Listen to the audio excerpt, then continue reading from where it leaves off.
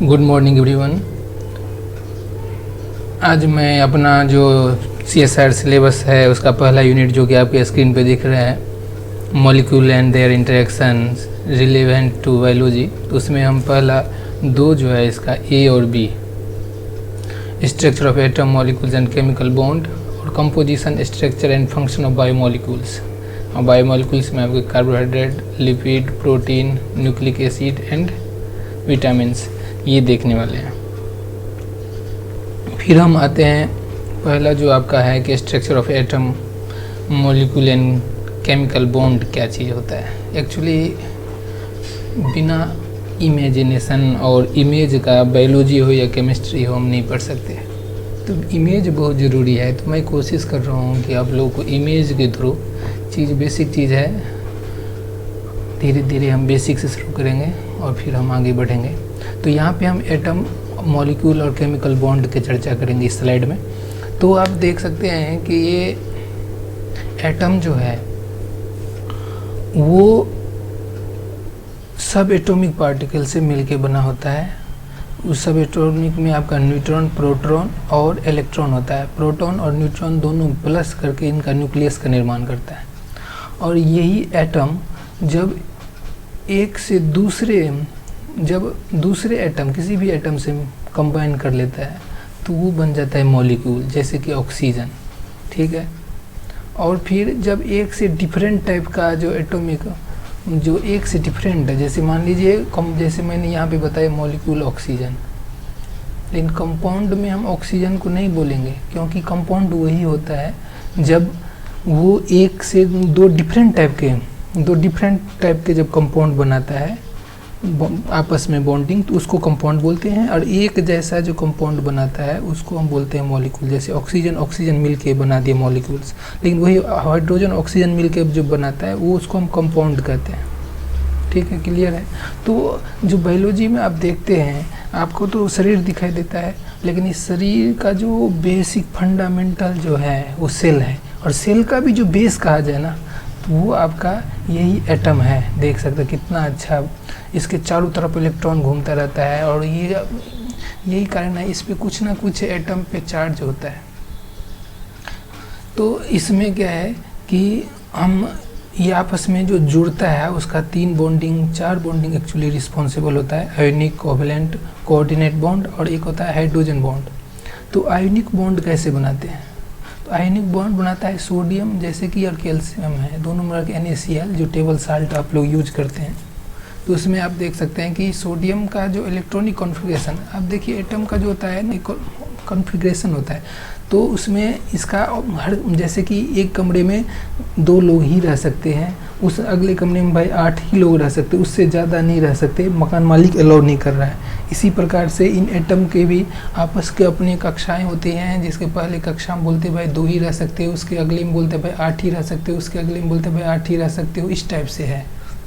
उसके अगले में बोलेगा भाई 18 ही रह सकते हो। लेकिन यहाँ पे जब बात हम करते हैं सोडियम की, एटॉमिक नंबर 11 होता है इसका, और 11 जो होता है, तो इसमें देखिए पहली कक्षा में 2, चलो ये भर गया, उसके अगले में है 8, 8 2 10, और उसके अगले में कैपेसिटी तो है इसकी 8 की, लेकिन 1 है।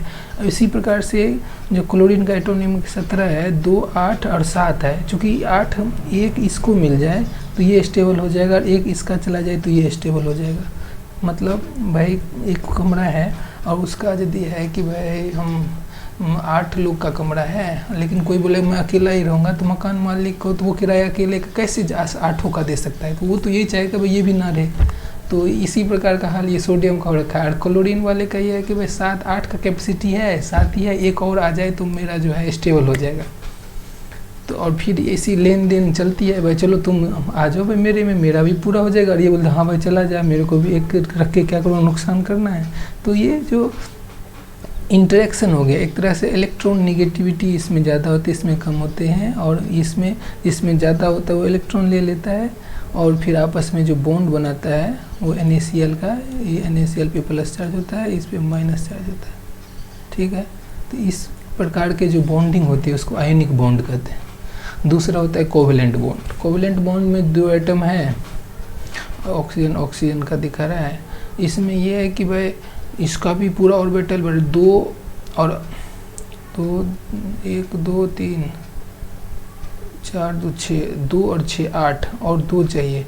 इसका भी 2 और 6 8। ये बोला भाई चलो म्यूचुअल शेयरिंग कर लो, दोनों हाथ मिला लेते हैं। भाई ये बंदा इधर भी रह सकता है, ये बंदा इस टाइप का, हम जब साझेदारी का म्यूचुअल शेयरिंग होगी, इस प्रकार का जो होता है कोवेलेंट बॉन्ड में होता है। तीसरा कोऑर्डिनेट बॉन्ड। तो कोऑर्डिनेट बॉन्ड में भाई बोलता है कि ये इलेक्ट्रॉन डिफिशिएंट है, H+ में कोई है ही नहीं और इसके पास 2 ज़्यादा है लोन पेयर, बोले यू भाई तू ले ले और मेरे से हो जाएगी दोस्ती। ये इस टाइप का जो बॉन्डिंग होता है वो कोऑर्डिनेट बॉन्ड होता है। अब हम बात करते हैं हाइड्रोजन बॉन्ड की। तो हाइड्रोजन बॉन्ड में क्या होता है कि ये जो बॉन्ड होता है हाइड्रोजन, वो 3 ही एलिमेंट के बीच में, ये एटम के बीच में बनता है, वो FO और N हाइड्रोजन बनाता है बॉन्ड, लेकिन ये 3 क्लोरीन, ऑक्सीजन और नाइट्रोजन के साथ ही ये बॉन्डिंग बनाता है। और इसमें यही होता है कि जैसे कि वाटर है और ये अमोनिया है, ये ज़्यादा इलेक्ट्रोनेगेटिव है, तो और ये वैसे तो है स्टेबल, लेकिन इस पे भाई हाइड्रोजन बॉन्ड एक्सेप्टर है, ये एक्सेप्ट कर सकता है इसको, और ये डोनर है, ये डोनेट कर सकता है, ये हाइड्रोक्सल आयन बना सकता है और ये अमोनियम आयन बना सकता है। तो इस प्रकार की जो बॉन्डिंग देखी जाती है वो हम बोलते हैं उसको हाइड्रोजन बॉन्ड।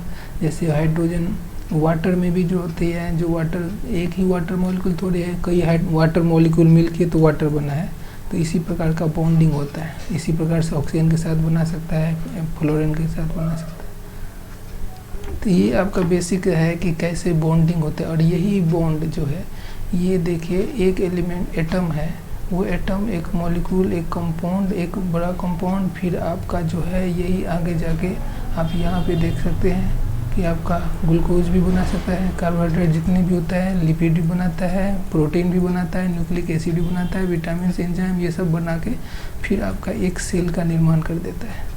और वो सेल क्या होता है आगे चल के ऑर्गन सिस्टम से फिर आपका एक पूरा शरीर बन के तैयार हो जाता है। तो कितना बेसिक है। फिर हम आगे देखते हैं कि composition, structure and function of biomolecules. तो जितने भी बायोमोलिक्यूल्स हैं, amino acid, protein, nucleic acid, carbohydrate, lipid, vitamin, enzyme जो भी हैं, वो आप ये सारे मिलके ही एक सेल का निर्माण करता है। और इस सब का फंडामेंटल मैं बता ही दिया कि एटम होता है। तो अब देखो जैसे कि आपका न्यूक्लियस है, न्यूक्लियस आपको पता है हेरिडेटरी सेंटर होता है, इसमें क्रोमोजोम होता है, लेकिन क्रोमोजोम किससे बना होता है, डीएनए का। डीएनए किससे बनाता है, न्यूक्लिक एसिड का। न्यूक्लिक एसिड में आप देख लो कितने कंपाउंड मिलके मॉलिक्यूल मिलके बने होते हैं, और कंपाउंड देख सकते हैं। एसिड ग्रुप है, शुगर ग्रुप है, नाइट्रोजिनस बेस है, और इसमें कई सारे एलिमेंट मिलके फिर एक न्यूक्लियोसाइड, फिर न्यूक्लियोसाइड जो शुगर से मिलता है, नहीं ये है नाइट्रोजिनस बेस, ये है शुगर और ये है फॉस्फेट, तीनों मिल के बनाता है न्यूक्लियोटाइड। और यदि फॉस्फेट ग्रुप ना रहे, बस यही 2 ग्रुप रहे, तो उसको हम न्यूक्लियोसाइड कहते हैं।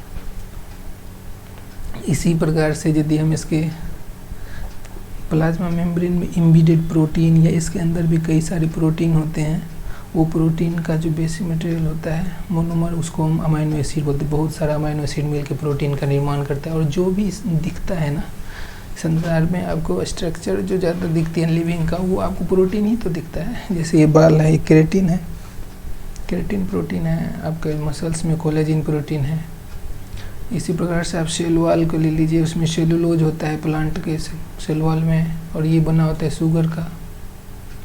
सेल मेम्ब्रेन का स्ट्रक्चर आप देख सकते हैं कितना अच्छा स्ट्रक्चर है। और इसमें ये जो है ये लिपिड का बाइलेयर है, और इस बाइलेयर में आप ये देख सकते हैं कि ये प्रोटीन इम्बेडेड है। इंटीग्रल प्रोटीन अंदर के में रहता है, और जो होता है पेरिफेरल प्रोटीन वो बाहर के सरफेस पे होता है। और इसी प्रोटीन के सरफेस से आप देख रहे हैं कि ग्लाइकोप्रोटीन का मतलब ये कार्बोहाइड्रेट अटैच है, जो कि जैसे आपका ब्लड ग्रुप होता है, तो ब्लड ग्रुप के जैसे यही सेल है, सेल मेम्ब्रेन हो गया। और इस पे जो आपका कार्बोहाइड्रेट का किस टाइप का कार्बोहाइड्रेट है, वो आपको बताता है कि आपका ब्लड ग्रुप क्या है। तो कितना अच्छा एक तरह से रिप्रेजेंटेशन है प्रकृति का, इस सीक्वेंस वाइज बनाया हुआ है। तो हम एक एक करके देखेंगे। सबसे पहले हम अमाइनो एसिड का देखते हैं। अमाइनो एसिड अमीनो एसिड जो है, अब ये देख सकते हैं इसमें क्या चीज़ आपको लगता है सिमिलर, क्या लगता है इसमें? ये कार्बन जो है, चूँकि कार्बन का होता है कि ये 4 से बॉन्ड बना सकता है, क्योंकि इसके 6 कार्बन 6 होता है ना एटॉमिक नंबर, तो इसमें पहले ऑर्बिटल में 2 होता है और दूसरे ऑर्बिटल में 4 होता है, और 4 इसको कोई दे देना तो ये 2 और 8 मतलब पूरे इसके स्टेबिलिटी आ जाती है, तो इसीलिए 4 से बॉन्ड बना लेता है। अब ये देखिए, ये आपका मीथेन है। मीथेन और अमीनो एसिड में कोई डिफरेंस तो दिख रहा है क्या? बस इसके जगह पे, इस हाइड्रोजन के जगह पे अमीनो ग्रुप लगा दिया, इसके जगह पे एसिड ग्रुप लगा गया और यहाँ पे कोई चेन लग गया। सभी केस में नहीं, ग्लाइसिन के केस में तो हाइड्रोजन ही रहता है। तो यही चीज़ है अमीनो एसिड हुई। अमीनो एसिड में आप देखिए एसिड ग्रुप है और एसिड ग्रुप एक कार्बन से जुड़ा है, और एसिड ग्रुप का एक ये भी होता है कि यदि ये किसी कार्बन से जुड़ा हुआ है तो उस कार्बन को हम अल्फा कहते हैं, पहले कार्बन को, और यदि यहाँ पे मान लो एक दूसरा कार्बन रहता है ना, उसको हम बीटा कहते हैं, है ना। तो जैसे कि इसमें है, ये देखिए ल्यूसीन का ये अल्फा कार्बन ये है, और ये हो गया बीटा, ये हो गया गामा, ये हो गया डेल्टा। इस टाइप का जो होता है ये कॉलम नोमेनक्लेचर है एक तरह से, IUPAC।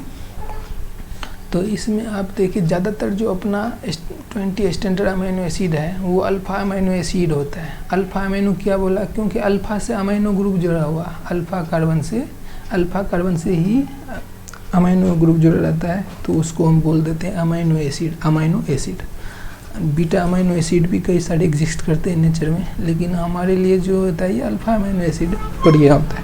ये अमीनो एसिड का प्रॉपर्टीज़ होता है कि इसको देखिए, यदि हम ये नीचे आप देख सकते हैं ये वाला लो पीएच और हाई पीएच, तो ये पीएच पे वेरी करता रहता है। ये यदि लो पीएच पे ले जाओगे ना, तो ये क्या करता है कि लो पीएच का मतलब आपका ये होता है कि हाइड्रोजन प्लस का कंसंट्रेशन जो है ना वो इंक्रीज है, H प्लस का कंसंट्रेशन इंक्रीज है। जिसका H प्लस कंसंट्रेशन इंक्रीज है, इसका मतलब ये H प्लस ले सकता है, तो NH2 था NH3 हो गया, तो इसीलिए ये चार्ज क्या हो गया? पॉजिटिव। ठीक है।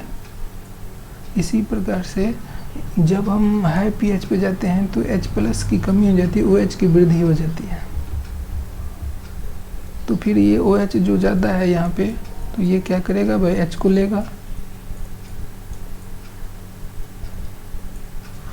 लेगा, तो H को ये जो लेगा तो ये क्या हुआ? इसका एसिड का जो H था, H यहाँ से रिमूव हो गया, और ये अमीनो पे भाई कोई चांस ही नहीं है इसको और अलग से लेने की, क्योंकि ऑलरेडी इन्वायरमेंट में हाइड्रोजन डिफिशिएंट है, तो ये क्यों बढ़ाए भाई?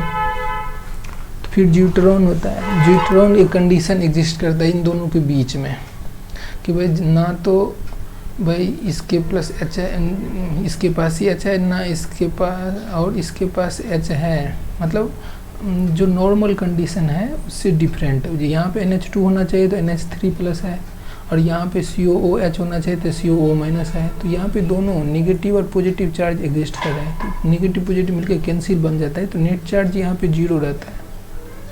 तो इस कंडीशन को हम कहते हैं ना ज्यूट्रॉन, जहाँ पे एसिड बेस्ड दोनों एग्जिस्ट कर रहा है। एक तरह से आइसोइलेक्ट्रिक पॉइंट भी कहते हैं इस पॉइंट को, यहाँ की जो पीएच को जो होता है ना, आइसोइलेक्ट्रिक पॉइंट भी कहते हैं। और ये जो PK1 PK2 होता है ना, इस दोनों को ऐड करके +2 से हम डिवाइड कर देते हैं ना, तो उससे हम आइसोइलेक्ट्रिक पॉइंट निकल के आता है। PK1 सीधा मैं लिख देता हूँ, PK1 प्लस, ये थोड़ा लिखने का समस्या तो लग रहा है, कोई नहीं लिख 2।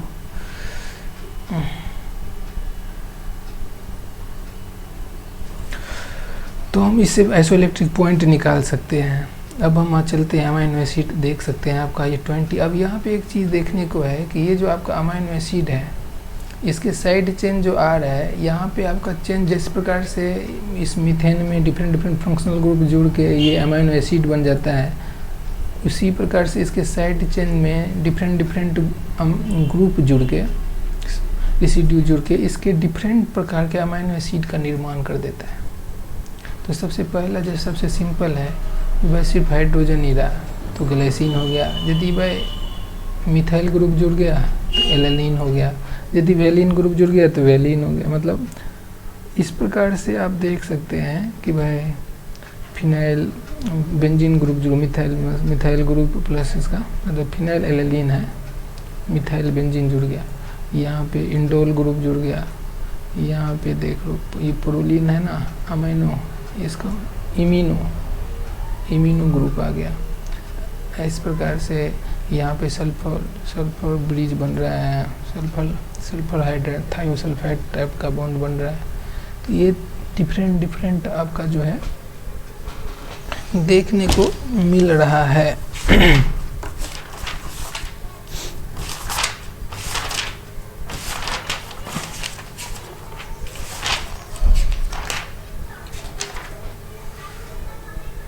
चलिए हम आगे बढ़ते हैं। ये सब जो है एक तरह से आपका फिर क्लासिफिकेशन हो जाती है। ये एसिडिक अमीनो एसिड का, बेसिक अमीनो एसिड का नीचे है, और ये सारा जो था ये नॉन पोलर चेन है, नॉन पोलर साइड चेन था इन सभी में, क्योंकि कोई चार्जेस नहीं है इस पे पोलर साइड चेन ना, कि सब जो होता है चार्जेस है एक तरह से देखा जाए तो इसमें। तो ये पोलर था, ये नॉन पोलर था, और नीचे वाला जो है एसिडिक और बेसिक वाला है, एस्पार्टिक और ग्लूटामिक एसिड हो गया, बेस में आपका लाइसिन आर्जिनिन और हिस्टडीन हो गया। इमेडोजोल ग्रुप होता है हिस्टडीन में।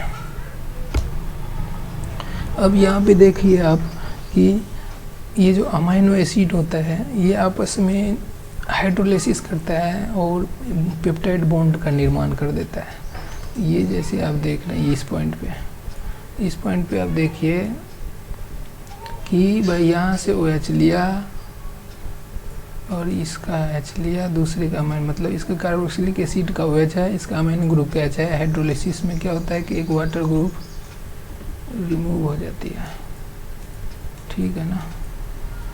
ये वाटर ग्रुप रिमूव हो गया और फिर एक बॉन्ड बन गया, ये बॉन्ड, इस बॉन्ड को हम क्या बोलते हैं, पेप्टाइड बॉन्ड। और ये पेप्टाइड बॉन्ड 1 से 2, 2 से 3 ऐसे लंबे बनते चले जाते हैं, और कई सारे आपका अमीनो एसिड मिल के एक प्रोटीन का निर्माण होता है। जैसे भाई अब इंसुलिन हो गया या हेमोग्लोबिन है या कोई भी प्रोटीन है, इसी प्रकार से एक जुड़ के, इसीलिए हम अमीनो एसिड को मोनोमर्स कहते हैं, और प्रोटीन जो होता है पॉलीमर्स ऑफ अमीनो एसिड होता है। और इसमें जैसे कि ये तो हो गया एक सिंपल में, उसी को जब हम स्ट्रक्चरल रूप में ये जो दिखा रहा है, तो इसमें देखिए जो ये होता है ना कार्बोक्सिलिक एसिड होता है इस साइड में, जब हमारे पे कोई भी पेप्टाइड मान के चलिए पेप्टाइड है, तो ये N से C के तरफ मूव करता है, ठीक है ना। ये N टर्मिनल होती है लेफ्ट साइड की, और इस टाइप की जो होता है ना ये C टर्मिनल होता है। वही ये दिखा रहा है कि अमोनिया ग्रुप है, ये कार्बोक्सिलिक ग्रुप होती है। और यहाँ पे आप सिंपली देख रहे हैं कि अमीनो एसिड सिंपल हो गया लेयर में है, तो ये different form of amino acid protein.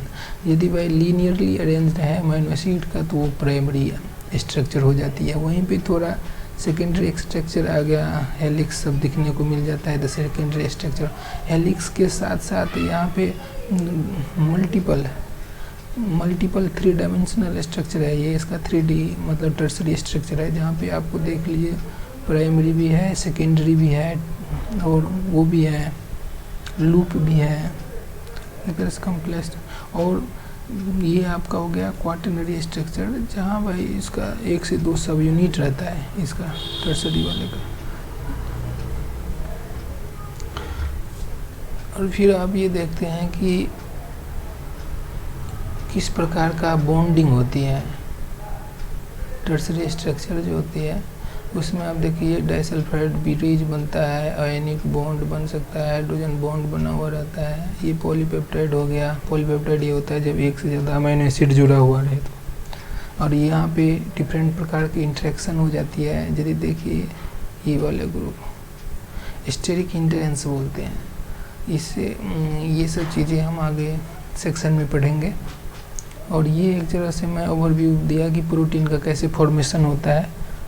यहाँ पे आप देखिए कि ये आपका एक सेल का दिखा रखा है, ये न्यूक्लियस में ये DNA, डीएनए में कैसे ट्रांसक्रिप्शन होके एमआरएनए बनता, उसका स्प्लेसिंग सब होके फिर उसका कैपिंग होके वो बाहर निकलता है मैच्योर एमआरएनए, और उस पे जाके क्या करता है कि रेबो जाके बाइंड करता है और डिफरेंट ट्रांसफेक्टर ग्रुप बाइंड करके इसका ट्रांसलेशन कर देता है, और फिर फॉर्मेशन हो जाती है प्रोटीन की, और उस प्रोटीन को फर्दर मॉडिफिकेशन होता है जब ये गोल्जी कम्प्लेक्स में जाता है। गोल्जी कम्प्लेक्स से फिर ईआर में, मतलब जो है रेटिकुलम है ना, ईआर में जाके इसका फिर फर्दर फॉर्मेशन होके और इसका फिर वो बन जाता है modify form, post translation modification कहते हैं, और इस टाइप का स्ट्रक्चर बनता है एंडोप्लाज्मिक रेटिकुलम। तब से याद ही नहीं आ रहा था कोई ना। तो एक तरह से आपने देखा कि कैसे अमीनो एसिड से कम्प्लेक्स स्ट्रक्चर बन जाता है। हम न्यूक्लिक एसिड से जाने से पहले हम ये कह रहे हैं कि भाई इस अमीनो एसिड पे हम एक अलग से वीडियो भी बनाएंगे, उसमें हम अच्छे से हम क्या करेंगे कि भाई ये पीआई जो होता है वो कैसे कैलकुलेट किया जाता है, ये वाली बात है। और जो पॉइंट हमसे छूट गया है कि भाई अमीनो एसिड जो है एरोमेटिक अमीनो एसिड ही क्यों यूवी रे ज़्यादा एब्जॉर्ब करता है, और भाई हम अमीनो एसिड की आइडेंटिफिकेशन कैसे नीन हैंडरिंग से करते हैं, इस प्रकार के चीज़ें सब जो कि प्रैक्टिकली अप्लाइड है उस पर भी चर्चा करेंगे। हम बढ़ते हैं आगे। न्यूक्लिक एसिड, न्यूक्लिक एसिड देखिए, न्यूक्लिक एसिड जो है एक्चुअली जो बायोलॉजी कंपाउंड पे ही है, तो केमिस्ट्री ही है सब कुछ, लेकिन उसमें जो केमिस्ट्री वाले को हम सिंथेसिस वाले पार्ट में घुस जाते हैं वो लोग ज़्यादा, यहाँ पे सब कुछ नेचुरली जो फाउंड है उस पर चर्चाएँ चलती है। तो ये देखिए, ये 4-5 प्रकार के जो होता है नाइट्रोजिनस बेस होता है, जो कि एक तरह से कह सकते हैं कि बेस मटेरियल है न्यूक्लियोटाइड के लिए। न्यूक्लियोटाइड से फिर डीएनए बनती है। तो ये जो है 2 ग्रुप होता है, प्यूरिन और पैरामिडीन। तो इसमें प्यूरिन में हो जाता है एडेनिन और ग्वानिन, और ये साइटोसिन, थायमिन और यूरेसिल जो होता है वो आपका पैरामिडीन में होता है। ये यूरेसिल जो होता है ना, ये जो होता है इसके प्रेजेंस डिपेंड करता है कि डीएनए होगा कि आरएनए होगा। यदि ये है तो आरएनए, ये नहीं है तो वही वो डीएनए है। तो ये नहीं रहता है तो फिर थायमिन रहता है। ये आपस में बॉन्डिंग करता है। भाई ए जो है बोलेगा मैं टी से करूँगा तो डबल बॉन्ड से करूँगा, जी बोलेगा मैं सी से करूँगा तो ट्रिपल बॉन्डिंग होती है। तो एक तरह से कैसे ये बॉन्ड कर लेता है, जो मैं बॉन्डिंग का ये नेचर से फिर इसका आपको एक सीक्वेंस दे दी जाती है, ए जी की, सी टी सी की, आपको बताता है कि भाई बताओ परसेंटेज ऑफ ए इतना है, जी इतना है, फिर सी कितना होगा। तो इस टाइप के इस वाले जो हाइड्रोजन बॉन्डिंग से आप पता कर सकते हैं। फिर भाई एक चीज़ आती है इसी में, बेस मटेरियल ही है ये शुगर का। शुगर का आपको पता है कि भाई रेबो शुगर बीटा डी ग्लूकोज है, ठीक है, राइबोज है, और ये बीटा D2 डीऑक्सी राइबोज है। ये अब यही प्रेजेंस और डिफरेंट आप देख रहे हैं ना इस वाली पोजीशन पे, सेकेंड कार्बन पे यदि OH ग्रुप जुड़ा हुआ है तो ये आपका बीटा डी राइबोज जो कि आरएनए में पाया जाता है, और ये यदि OH की जगह H है, डीऑक्सी राइबोज, मतलब एक ऑक्सीजन का लोप हो रखा है यहाँ पे। तो इस टाइप की कंडीशन जो है वो आपको डीएनए के केस में पाया जाएगा। और फिर इसमें फॉस्फेट ग्रुप आके जुड़ जाता है, और फॉस्फेट शुगर और बेस मिल गया तो ये आपका एक न्यूक्लियोटाइड हो गया, एक तरह से मोनोमर हो गया आपके डीएनए का और आरएनए का। और इसी पे अब देखिए फास्फोडाइस्टर लिंकेज बन जाता है। ये 5 इंड हो गया। इस जिस प्रकार से प्रोटीन में था ना कि भाई लेफ्ट में N होता है और इस साइड कार्बोक्सिलिक ग्रुप होता है तो N से C, इसी प्रकार से आपके जो डीएनए में होता है 5 इंड और 3 इंडो प्राइम होता है, 5 प्राइम और 3 प्राइम। यदि फॉस्फेट ग्रुप है तो भाई वो 5 इंड होगा, और यदि वहाँ पे सिर्फ OH है तो वह 3' इंड होगा, ठीक है ना। तो यहाँ पे क्या होता है कि 3' इंड से फॉस्फेट ग्रुप जो होता है जुड़ता है 5' के जो ये वाला पोर्शन होता है। यहाँ पे एक्चुअली पहले क्या रहता है कि OH ग्रुप रहता है, OH रहता है और यहाँ पे H रहता है। तो H और OH मिल के भाई पहले की तरह ही ये रिमूव हो जाता है, ठीक है ना। तो बच गया क्या, इसके पास O बच गया, यहाँ पे CH बच गया। तो ये बोलता है कि भाई मेरे को तो एक चाहिए कोई साथी, और ये भी बोलता है भाई मेरे को भी चाहिए। फास्फेट बोलता है भाई मैं तेरे दोनों को हाथ थाम लूँगा। और ये आपका डाइएस्टर बॉन्ड कहलाता है। डाइएस्टर बॉन्ड को आप पता होगा कि कार्बन और ऑक्सीजन और यदि कोई भी अल्काइल या किसी प्रकार का ग्रुप अटैच है तो इस टाइप के बॉन्ड को ईस्टर बॉन्ड बोलते हैं। और यहाँ पे आप देख सकते हैं कि ये 2 एस्टर बॉन्ड दिख रहे हैं, ये कार्बन ऑक्सीजन और फॉस्फेट ग्रुप, इस साइड भी carbon oxygen phosphate group.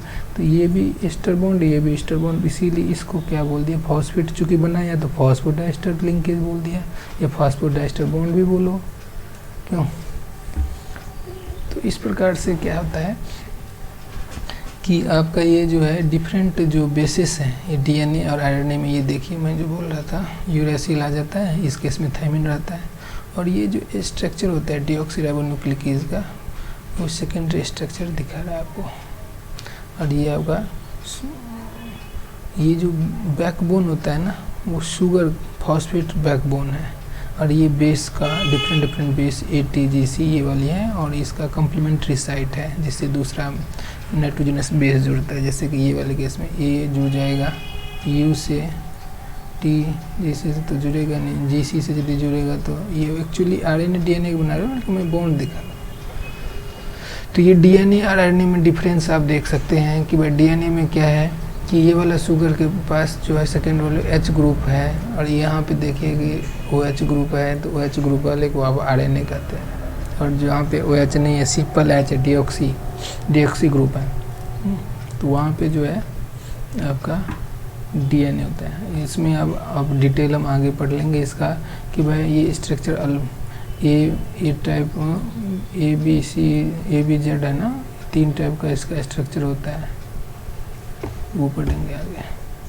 Hargovind Khurana, ये नाम आप लोग सुने होंगे, ये इंडियन बोर्न साइंटिस्ट है। अब तो वैसे पाकिस्तान में वो जगह पड़ता है, इनको नोबेल प्राइज़ मिला था जेनेटिक कोड का डिस्कवरी करने में। और इस जेनेटिक कोड के बारे में तो आपको पता ही है कि ये जो होता है ना, ये वाली कोड, ये वाली आपके mRNA और tRNA का जो पोजीशन होता है ना, वो होता है, ये जो होता है ना कोड mRNA पे, उसको ये यहाँ पे दिखा रहा है कि भाई ये क्या रहेगा।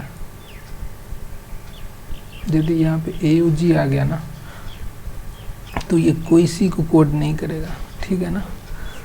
और इसी प्रकार से जब हम आगे रिसर्च डिज़ाइन करते हैं कि भाई हमें इतना ही अमीनो एसिड को, हम वहाँ पे टर्मिनेटर लगा देते हैं।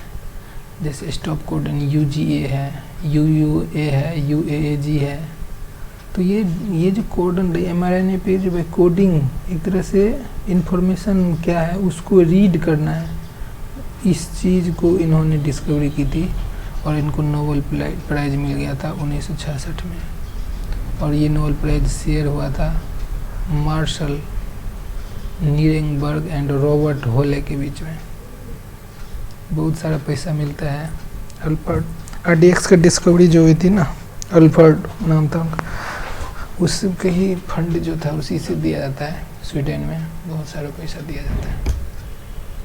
चलिए हम बात करते हैं कार्बोहाइड्रेट की। कार्बोहाइड्रेट हम क्या देख रहे, खाना पीना हम खूब खाते हैं, आलू में कार्बोहाइड्रेट और स्टार्च बहुत ज़्यादा होता है। एक बार मैंने BSc में इसका स्लाइस काटा था, 1 ड्रॉप आयोडीन दे दिया था, और फिर उसके बाद हमने माइक्रोस्कोप में ऑब्जर्व किया था क्या काले काले धब्बे दिखे थे।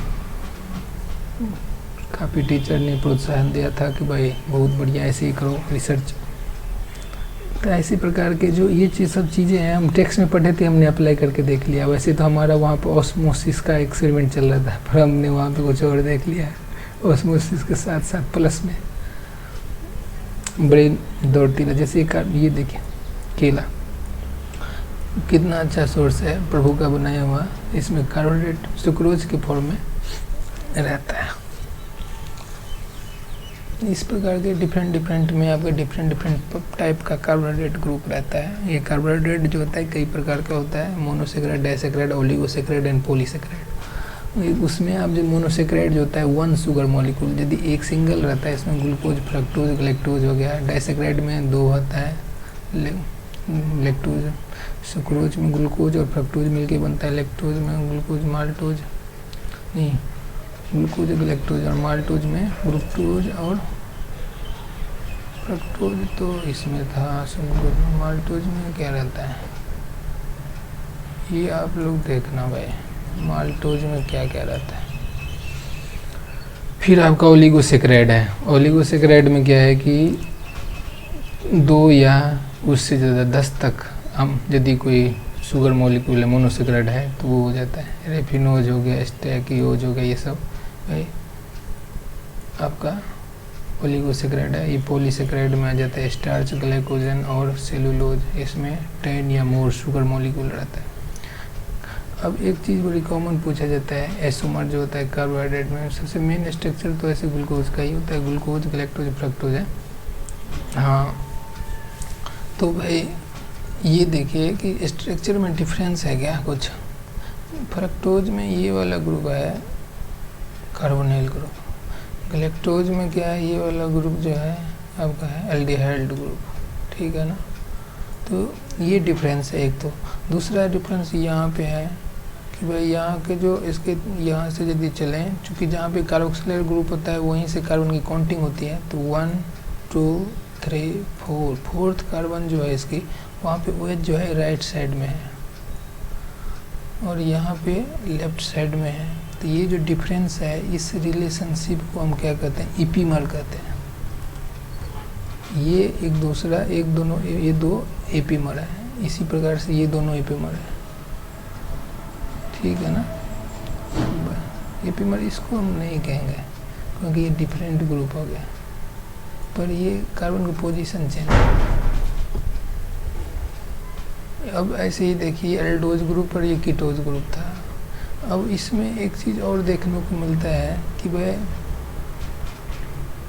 कि हाँ ये देखिए ग्लूकोज, फ्रक्टोज है। एक चीज़ मैं जो दिखाना चाहता था वो चीज़ आया नहीं।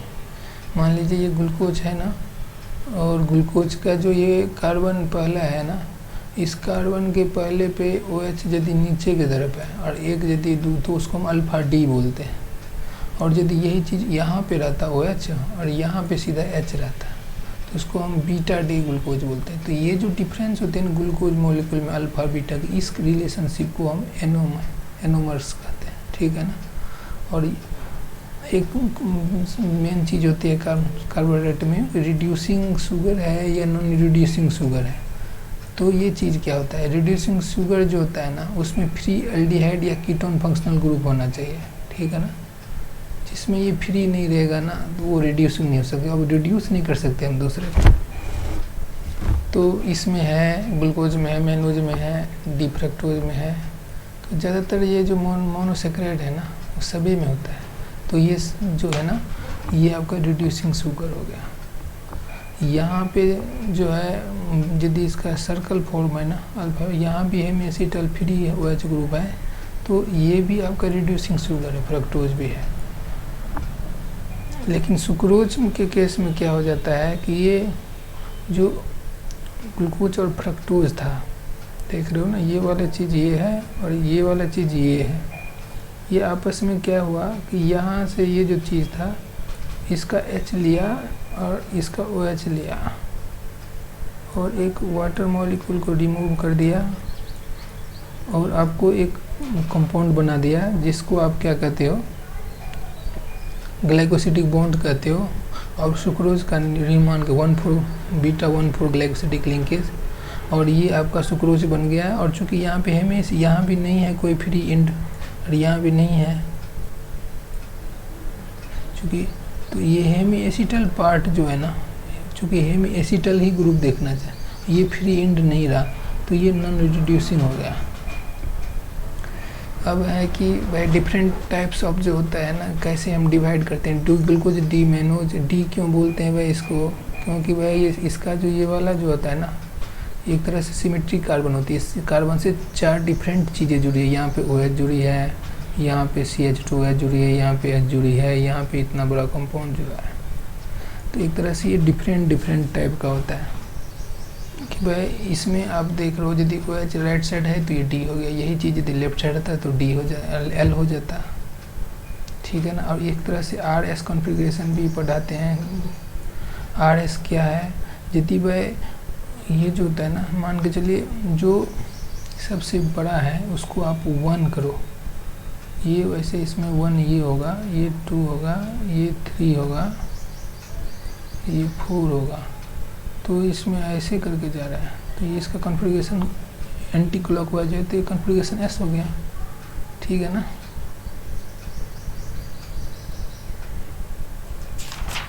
एक बार देख भी लेते हैं कि भाई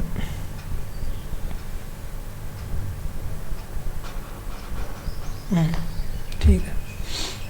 अब हम इसमें देख रहे हैं कि फ्रक्टोज जो होता है, ये alpha D glucose beta D glucose, ये यही चीज़ तो मैं तब बना रहा था, अल्फा और बीटा, ये रिलेशनशिप जो है ना इस दोनों के, ये एनोमर्स कहलाता है, ये मेनोज का एनोमर्स हो गया।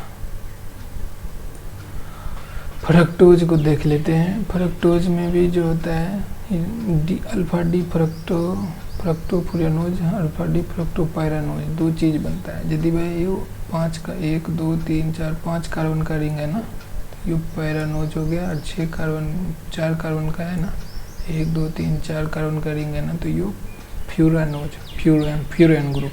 ये वाला जो चीज़ होता है ना, इसको हम एक्चुअली फ्यूरन कहते हैं, फ्यूरन। और यहाँ पे यदि ये सब OH ये सब लग जाता है ना, तो ये फिर फ्रक्टोफ्यूरानोज हो गया। और ये सिंपल ये सब हटा दो, ये सब सारा हटा दो, ये वाला पायरोन हो गया, OH भी हटा दो, तो ये पायरन ग्रुप है। ऐसे डिस्कवरी पायरोन से कैसे एक दूसरे से मिलके बना हुआ है। फिर आप देख सकते हैं कि डिफरेंट प्रकार के पॉलीसेकेराइड होते हैं, सेलुलोज, स्टार्च, ग्लूकोज, ग्लाइकोजन और काइटिन। सेलुलोज क्या होता है कि कई सारे ग्लूकोज मॉलिक्यूल से अल्फा बीटा ग्लूकोज से मिलके बना, जिगजैग बनाया। देखो कभी ये इधर जाता है, कभी ये इधर जाता है, कभी इधर। ये जो जिगजैग फॉर्मेशन है, इसको तोड़ने के लिए हमारे पास एंजाइम नहीं है, ये पशुओं में पाया जाता है, ठीक है। यही कारण होता है कि हम सेलुलोज को डाइजेस्ट नहीं कर पाते हैं। एक स्टार्च होता है, स्टार्च में देखिए ये जो ग्लूकोज ग्रुप रहता है जुड़ा रहता है, ये कंटिन्यू जुड़ा रहता है, लेकिन 25 के बाद क्या होता है कि चेंज होके इसके 6 वाले ग्रुप से भी दूसरा, जैसे मान को चलो ये ग्रुप तो यू है, तो 1,6 बीटा लिंकेज भी बन जाता है, ठीक है ना। तो इस टाइप से ये उसको, इस वाले को अमाइलोज बोलते हैं, और ये जिसमें ब्रांचिंग वाला चीज़ आ जाए तो उसको अमाइलोपेक्टिन बोलते हैं, अमाइलो, ठीक है। और फिर है कि ग्लाइकोजन भी जो होता है, ये ग्रुप, ये बहुत सारा ग्लूकोज मॉलिक्यूल को मिलकर बना होता है। काइटिन क्या होता है, काइटिन जो होता है ना, वो आप देख लीजिए कि भाई बहुत सब कुछ ग्लूकोज जैसा, लेकिन यहाँ पे N ग्रुप है, N से प्लस में है, ये किसी से जुड़ सकता है, तो इसमें भी अल्फा बीटा जिगजैग फॉर्मेशन है। ये आप देखिए कि भाई मोनोसेकेराइड मतलब डाइसेकेराइड जो है, इसमें ये में और पॉलीसेकेराइड में किस प्रकार का लिंकेज बना हुआ है, टाइप ऑफ ग्लाइकोसिडिक बॉन्ड। तो इसका जो बीटा ग्लूकोज जो है बीटा गैलेक्टोज से मिलता है तो लैक्टोज बनता है। हाँ, यही चीज़ मैं वहाँ पे पूछ रहा था कि माल्टोज में क्या क्या रहता है, ग्लूकोज और ग्लूकोज ही रहता है। जब 2 ग्लूकोज मिले तो माल्टोज बनता है, जब ग्लूकोज फ्रक्टोज मिले तो सुक्रोज बनता है। ये एक बार मेरे को CSR नेट में ये क्वेश्चन पूछा था कि भाई सुक्रोज में टाइप ऑफ ग्लाइकोसिडिक बॉन्ड क्या होता है, तो 1 और 2 ग्लाइकोसिडिक बॉन्ड होता है। 1 इस कार्बन का और इसका चौथा, इस कार्बन का चौथा और इसका पहला कार्बन आपस में बॉन्डिंग बना लिया, एक हाइड्रोजन एक वाटर मॉलिक्यूल रिमूव करके, तो इसको हम बोलते हैं 1 और 2। हाँ, मैं गलत बोला, ये चौथा नहीं, दूसरा है, इधर से काउंटिंग होगा 1 2, ठीक है ना। तो ये बनाता है आपस में बॉन्डिंग। तो ये चीज़ जो हो गई आपकी सुक्रोज बनाता है, और ये आपका जब ग्लूकोज मिल के बनता है तो माल्टोज हो गया, लैक्टोज जब बन जाता है ग्लूकोज प्लस गैलेक्टोज मिलके, तो ये आपस में बॉन्डिंग रहती है 1,4 की। ये आपका ये देख सकते हो यहाँ पे। पॉलीसेकेराइड स्ट्रक्चर, अमाइलोज होता है और अमाइलोपेक्टिन होता है, 2 स्टार्च होता है। मैं वहाँ पे गलत बोल रहा था, अमाइलोपेक्टिन तो बोला, अमाइलोज बोला, लेकिन कंफर्म नहीं था कि अमाइलोज जो है भाई वो उसमें जो होता है 1,4 ग्लाइकोसिडिक लिंकेज होता है, बिल्कुल माल्टोज वाला ही है, ठीक है ना। और लेकिन जब अमाइलोपेक्टिन की बात करें तो वो ब्रांचिंग वाले जो मैं बता रहा था, 1,6 ग्लाइकोसिडिक ब्रांच एवरी 24 से 30 आफ्टर, मतलब कंटिन्यू जुड़ रहा है, 1 जुड़ा, 2 जुड़ा, 3 जुड़ा, 4 जुड़ा, ऐसे करते करते 24 के बाद 25 के बाद एक ऐसे जुड़ गया। ये तो जा ही रहा था और एक ब्रांचिंग भी निकल आता है। तो ये 1 और 6 लिंकेज यही है। अब है glycogen, alpha 1,4 glycosidic linkage with alpha 1,6 glycosidic branch every 8 से 12 जो ग्लूकोज मॉलिक्यूल है ग्लाइकोजन, यहाँ भी 1,4 ग्लाइकोसिडिक लिंकेज रहता है विथ अल्फा और 1,6 रहता है। ये जैसे कि इसमें हो रहा था ना अमाइलोपेक्टिन में 24-25 के बाद जो ब्रांचिंग बनता था, लेकिन यहाँ पे क्या होता है कि 8 से 12 के बाद ही ब्रांचिंग बनना लगता है, आधा इसके आधा ग्लूकोज स्टार्च के आधा जहाँ पे ब्रांचिंग बने वो ग्लाइकोजन हो जाता है। Cellulose branched beta 1,4 glycosidic linkage होता है। ये चीज़ ध्यान देने की बात होता है, ये यहाँ पे कंफ्यूजन हो जाता है। आप इसमें 2 ऑप्शन दे दिया कि भाई सेलुलोज का जो होता है ना अनब्रांच्ड जो होता है, ब्रांचिंग जो होता है या अनब्रांच क्या चीज़ है वो बीटा 1,4 ग्लाइकोसिडिक लिंकेज होती है सेलुलोज में या अल्फा 1,4 ग्लाइकोसिडिक लिंकेज। तो ये चीज़ ध्यान देने वाली बात है, ठीक है ना। इसमें बीटा होती है सेलुलोज में। फिर कैटीन है, कैटीन में जो होता है अनब्रांच्ड बीटा 1,4 ग्लाइकोसिडिक लिंकेज होता है, सिमिलर एज ए सेलुलोज, लेकिन यहाँ पे क्या होता है एन एसिटाइल ग्लूकोजेमीन होता है, ठीक है ना, लीनियर होता है ब्रांच। अब ये चीज़ भी देख लो भाई कैसे क्या है। एमाइलोज का कैसा है, एमाइलोस्टार्च कैसा होता है, होलो हेलिक्स होता है, ठीक है स्ट्रक्चर। अमाइलोपेक्टिन का स्ट्रक्चर कैसे होता है, होलो हेलिक्स। ग्लाइकोजन का होलो हेलिक्स, सेलुलोज का लीनियर, ग्लाइकाइटिन का लीनियर, ठीक है। अब हम आगे बढ़ते हैं लिपिड पे। लिपिड जो होता है वो 3 टाइप का है, सिंपल लिपिड, कंपाउंड लिपिड और डराइव्ड लिपिड। फैट ऑयल्स है, फास्फोलिपिड है या अल्कोहल, ये सब। सबसे पहले हम सिंपल लिपिड की बात करते हैं। इसमें फैट आ जाता है और ऑयल्स आ जाता है, सिंपल और मिक्स्ड, और वैक्स आ जाता है। कंपाउंड लिपिड में फास्फोलिपिड आ जाता है, लेसिथिन, सिफेलिन, प्लाज्मा, लोजिन और स्फिंगोमाइलिन। लेसिथिन जो होता है प्लाज्मा मेम्ब्रेन में पाया जाता है ज़्यादातर। स्फिंगोमाइलिन जो होता है ना ब्रेन सेल में ज़्यादा होता है। इसी प्रकार से ये भी कहीं ना कहीं ज़्यादा होता है, ये आप लोग को ढूंढना है। ग्लाइकोलिपिड भी ब्रेन में होता है, ये भी 2 टाइप का होता है। ये सारा कंपाउंड लिपिड में आ गया, सेरेब्रोसाइड्स और गैंग्लियोसाइड। एक है सल्फोलिपिड्स। सल्फोलिपिड्स क्या होता है ये हम आगे लिपिड वाले में पढ़ेंगे। डिराइव्ड लिपिड भी होता है भाई 3-4 प्रकार का, अल्कोहल, फैटी एसिड, एस्टेरॉइड्स, एसोपेरिनोइड्स। एसोपेरिनोइड्स में आपका जो होता है टर्पिनोइड्स, कैरोटिनोइड्स, ये सारा जो होता है प्रोटीन का पार्ट्स होता है। यहाँ पे एक स्ट्रक्चर देख रहे हैं, टिपिकल फास्फोलिपिड्स का स्ट्रक्चर है। एक तरह से ये देख रहे हैं ना कि ग्लिसरॉल है ये, ठीक है। ग्लिसरॉल का बैकबोन है, 3 कार्बन OH OH OH, इसको H हटा के ये फैटी एसिड जुड़ गया, ये दूसरा फैटी एसिड जुड़ गया और एक फॉस्फेट ग्रुप जुड़ गया।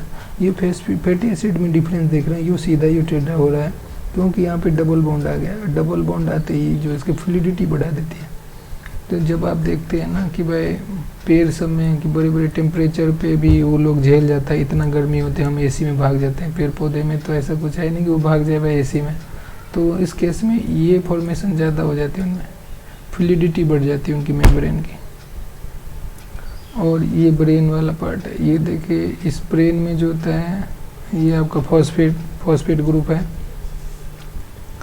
और ये आपका जो अभी मैंने जो वो दिखाया था ना फॉस्फोलिपिड बाइलेयर, एक्चुअली उसी एक को आपको यहाँ पे दर्शाया गया है, ठीक है ना। हाई टेम्परेचर पर फ्लूइडिटी बढ़ जाती है क्योंकि इसमें डबल बॉन्ड फॉर्मेशन हो जाता है। एक इस टाइप का क्वेश्चन भी पूछा जाता है। ये डिफरेंट टाइप्स के और लिपिड को कैरेक्टराइज किया गया है स्ट्रक्चरली कि भाई एस्टर वैक्स और एस्ट्रॉल सब ये सब जो है, जैसे ये जो होता है कोलेस्ट्रॉल का एक तरह से फंडामेंटल मतलब बेसिक स्ट्रक्चर, इसमें कुछ से कुछ जुड़ता गया तो आपका प्रोस्टाग्लैंडिन ये सब बन जाता है। फिर एक आपका फॉस्फोलिपिड्स है जो कि अभी हम डिस्कस कर रहे थे, 2 फैटी एसिड चेन, एक ग्लिसरॉल और एक फॉस्फोरिक एसिड मिल के एक फॉस्फोलिपिड का निर्माण करता है, ठीक है ना। इसी में ये कोलाइन ग्रुप जुड़ गया, ठीक है ना।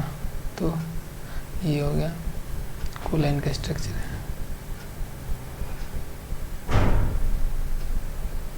और फिर एक आता है ग्लाइकोलिपिड। ग्लाइकोलिपिड में क्या होता है कि भाई आपका ये जो ग्लूकोज है ना वो आपका जुड़ जाता है फैटी एसिड से। ये जो ग्लूकोज होता है ना इसका भी एक तरह से मॉडिफिकेशन होता है, इसमें आगे जाके एक अमाइन ग्रुप अमाइन एक तरह से देखो पेप्टाइड बॉन्ड से अलग है। और यहाँ पे CH OH है, पे कार्बन है हाइड्रोक्सी।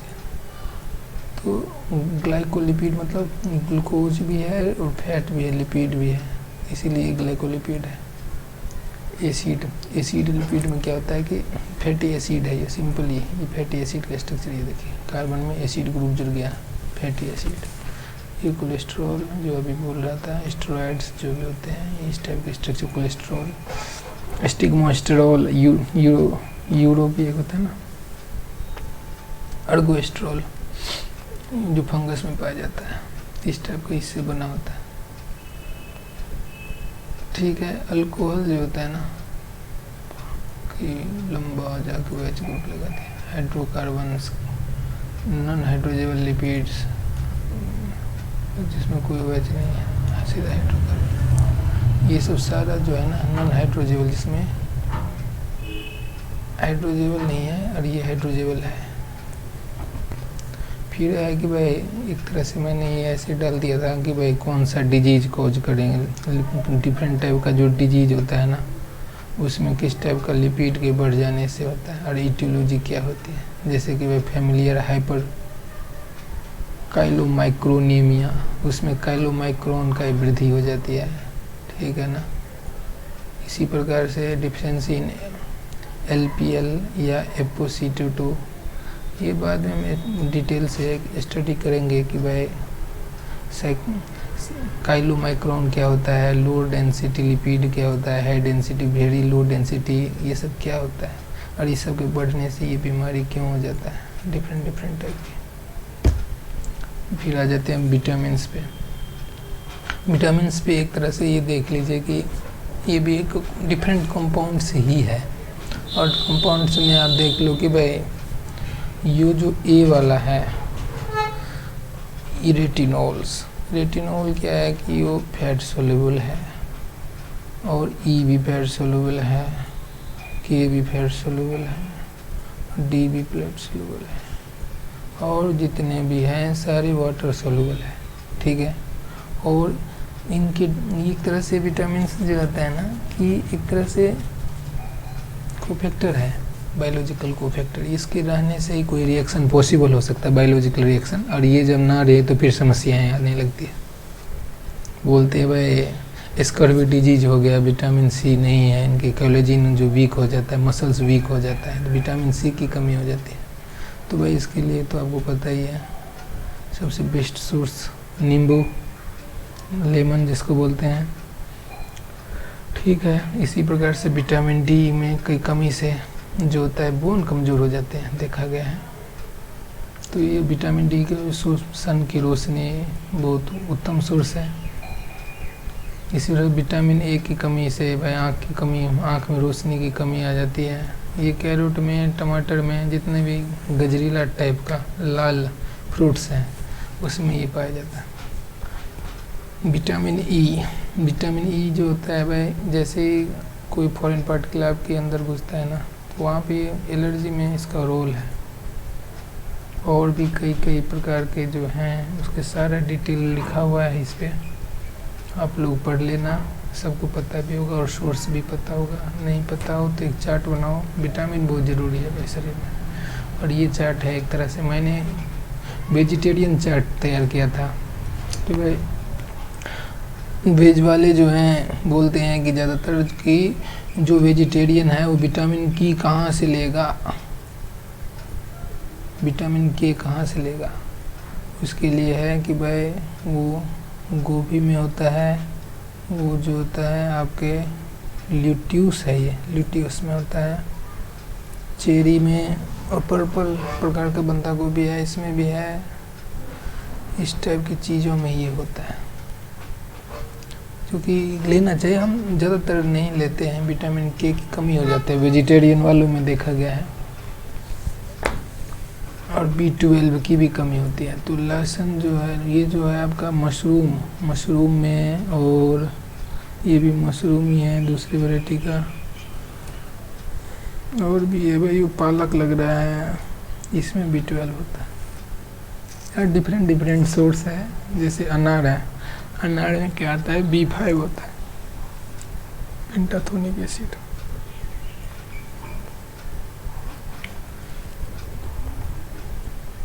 चलिए तो हम एंड करते हैं इस वीडियो का। होप करते हैं कि भाई अच्छा लगा होगा। कुछ कमियां भी होगी, आगे से हम बनाते जाएंगे तो अच्छा होता चला जाएगा।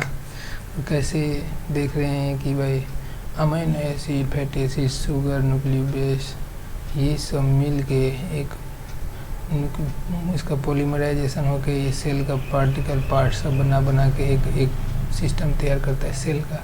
वो सेल फिर क्या करता है, वो ऑर्गन बनाता है, ऑर्गन से सिस्टम से एक इंसान से पॉपुलेशन से कम्युनिटी से बायोस्फीयर से बायोम्स, फिर बायोस्फीयर, फिर आपको पूरा ब्रह्मांड इस प्रकार से निर्माण हो जाता है। ठीक है, आज के लिए इतना ही। Thank you.